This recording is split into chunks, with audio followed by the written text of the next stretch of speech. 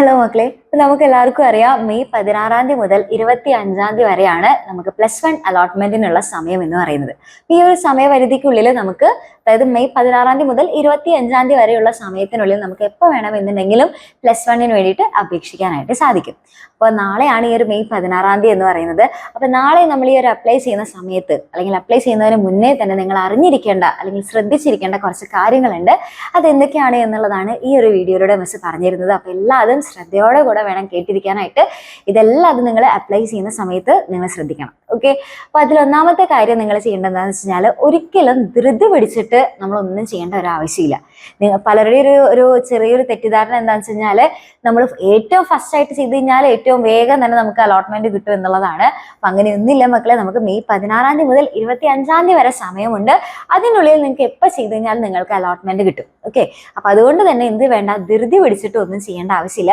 ചിലർ നമുക്ക് application form ഒക്കെ ഫില്ല് ചെയ്യാനുണ്ടല്ലോ, അപ്പൊ പെട്ടെന്ന് ആ ഒരു ധൃതിയിൽ വേഗം കൊടുക്കണല്ലോ എന്നൊക്കെ ആലോചിച്ചിട്ട് ആ ഒരു ടെൻഷനിലും ആ ഒരു വെപ്രാളത്തിലും പല പല മിസ്റ്റേക്കുകൾ വരുത്താനായിട്ടുള്ള സാധ്യതയുണ്ട്. അപ്പൊ അതുകൊണ്ട് തന്നെ ഒരു തരത്തിലും നമ്മുടെ ആപ്ലിക്കേഷൻ ഫോമിൽ ഒരു തരത്തിലുള്ള മിസ്റ്റേക്കുകളും പാടില്ല.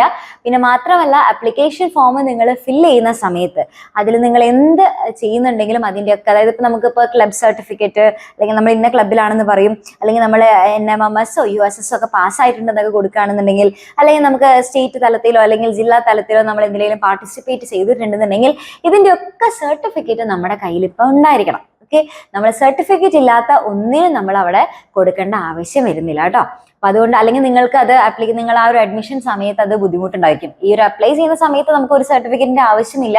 പക്ഷെ അഡ്മിഷൻ സമയത്ത് നമ്മൾ എന്തൊക്കെയാണോ നമ്മൾ അവിടെ കൊടുത്തിട്ടുള്ളത്, ഇപ്പൊ കാസ്റ്റ് ആയിക്കോട്ടെ അല്ലെങ്കിൽ നമ്മുടെ റിലീജിയൻ ആയിക്കോട്ടെ, എന്താണോ നമ്മൾ കൊടുത്തിട്ടുള്ളത് അതിന്റെ എല്ലാത്തിനും സർട്ടിഫിക്കറ്റ് നമുക്ക് അവിടെ കൊടുക്കേണ്ടതായിട്ട് വരും.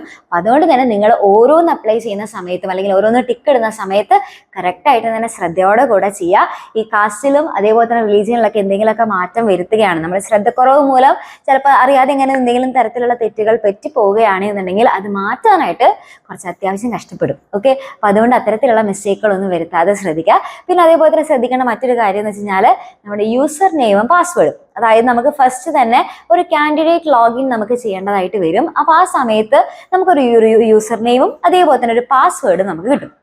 അപ്പൊ നിങ്ങൾ എന്ത് ചെയ്യണം, ആ യൂസർ നെയിമും പാസ്വേഡും നമുക്ക് ഓർമ്മയുണ്ടല്ലോ, ഇതെന്തായാലും ഓർമ്മയുണ്ടാവും, ഇതൊക്കെ സിമ്പിൾ ആണെന്ന് വിചാരിച്ചിട്ട് നമ്മൾ അത് എന്തായാലും എൻ്റെ തലയിൽ ഉണ്ടായിരിക്കും എന്നുള്ള വിചാരിച്ചിരിക്കരുത്.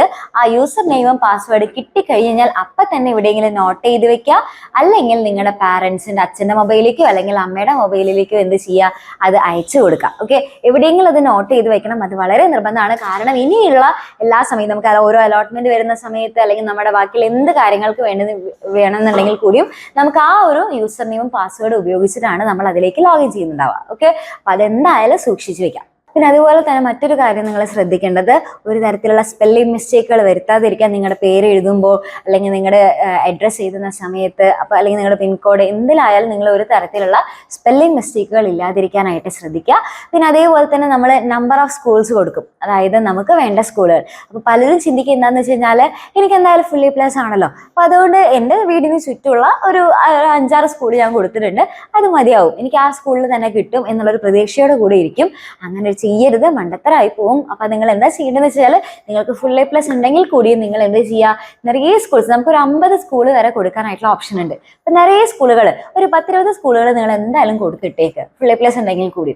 ഓക്കെ, കാരണം അഥവാ നമുക്ക് നമ്മൾ വിചാരിച്ച 5 സ്കൂളിൽ നമുക്ക് അഥവാ അഡ്മിഷൻ കിട്ടിയിട്ടില്ലെങ്കിൽ നമുക്ക് അതിന് തൊട്ട് താഴെയുള്ള സ്കൂളുകളിൽ നമുക്ക് അഡ്മിഷൻ കിട്ടും. ഒന്നും കിട്ടാതെ ഒരു അവസ്ഥ നമുക്ക് വരില്ല. ഓക്കെ, അപ്പൊ അങ്ങനെയുള്ള റിസ്കുകളൊന്നും എടുക്കരുത്. നിറയെ നമ്പർ ഓഫ് സ്കൂൾസ് കൊടുക്കുക, കുറെ ഓപ്ഷൻസ് കൊടുക്കുക, അതിനുള്ള നമുക്ക് അവസരം ഉണ്ടല്ലോ, അപ്പൊ മാക്സിമം നന്നായിട്ട് തന്നെ കൊടുക്കുക. പിന്നെ അതേപോലെ തന്നെ നിങ്ങൾ ശ്രദ്ധിക്കേണ്ട കാര്യം എന്ന് വെച്ച് കഴിഞ്ഞാൽ, നമുക്ക് ഈ അക്ഷയയിലായിക്കോട്ടെ അല്ലെങ്കിൽ ജനസേവന കേന്ദ്രത്തിലായിക്കോട്ടെ, നമ്മൾ അത് എടുക്കുന്ന സമയത്ത്, നമ്മൾ അപ്ലൈ ചെയ്യുന്ന സമയത്ത് നമ്മൾ ജസ്റ്റ് ആപ്ലിക്കേഷൻ ഫോം എഴുതി കൊടുത്തു എന്നുള്ളതുകൊണ്ട് മാത്രം നമ്മുടെ ആ ഒരു അപേക്ഷ നമ്മൾ തീരുന്നില്ല. അത് അവർ ചെയ്തു എന്നുള്ളത് ഉറപ്പുവരുത്തണം. അതായത് അവർ അവിടെ ചെയ്തിട്ട് അതിൻ്റെ ഒരു പ്രിന്റ് ഔട്ട് നമുക്ക് കിട്ടും. ഓക്കെ, ആ പ്രിന്റ് ഔട്ട് നമ്മുടെ കയ്യിൽ വെക്കണം. കാരണം ആ ഒരു പ്രിന്റ് ഔട്ട് ആണ് നമുക്കുള്ള ആ ഒരു രേഖ എന്ന് പറയുന്നത്, ഒരു തെളിവ്. നമ്മൾ അത് അഡ്മിഷന് വേണ്ടിയിട്ട് അപ്ലൈ ചെയ്തു എന്നുള്ളത് ഒരു തെളിവ് എന്ന് പറയുന്നത് ആ ഒരു പ്രിന്റ് ഔട്ട് ആണ്. അപ്പൊ അത് സൂക്ഷിച്ചു വെക്കുക. അതിനെ കൊണ്ട് വേറെ പ്രത്യേകിച്ച് വലിയ ആവശ്യമൊന്നുമില്ല, പക്ഷെ എന്നാലും സൂക്ഷിച്ചു വെക്കുക.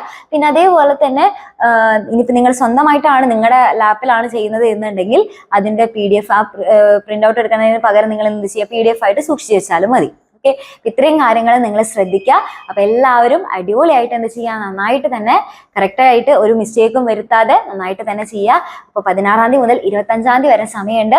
ഇതിൽ കൂടുതൽ നിങ്ങൾക്ക് എന്തെങ്കിലും ഡൗട്ടുകളൊക്കെ ഉണ്ടെന്നുണ്ടെങ്കിൽ അതൊക്കെ നമ്മുടെ കമന്റ് ബോക്സിൽ ചോദിക്കുക. പിന്നെ ഇതിനെക്കുറിച്ചിട്ട് കൂടുതലായിട്ട് നമ്മൾ +1 അഡ്മിഷനുമായിട്ട് ബന്ധപ്പെട്ടിട്ട് കൂടുതൽ വീഡിയോസ് നമ്മുടെ ചാനലിൽ തന്നെ നിങ്ങൾക്ക് ലഭ്യമായിരിക്കും. അപ്പോൾ അതെല്ലാതും കറക്റ്റ് ആയിട്ട് തന്നെ അപ്ഡേറ്റ്സ് ഒക്കെ തരുന്നതായിരിക്കും. ഓക്കെ, അപ്പോൾ മറക്കാതെ എന്ത് ചെയ്യാൻ, ചാനലൊക്കെ സബ്സ്ക്രൈബ് ചെയ്ത് വെക്കുക. അതേപോലെ തന്നെ ആ ബെൽ ബട്ടണൊക്കെ ഒന്ന് ക്ലിക്ക് ചെയ്ത് വെക്കുക. അങ്ങനെയാണെന്നുണ്ടെങ്കിൽ എൻ്റെ കുട്ടികൾക്ക് ആവശ്യമുള്ള എല്ലാ നോട്ടിഫിക്കേഷൻസും കറക്റ്റ് ആയിട്ട് തന്നെ കിട്ടുന്നതായിരിക്കും കേട്ടോ. ഓക്കെ, ഇത്രയും കാര്യങ്ങളൊന്ന് ശ്രദ്ധിക്കുക. നന്നായിട്ട് തന്നെ എല്ലാ കാര്യങ്ങളും ഒരു ധൃതിയും വേണ്ട, വെപ്രാളൊന്നും വേണ്ടാണ്ട് ചെയ്യാം.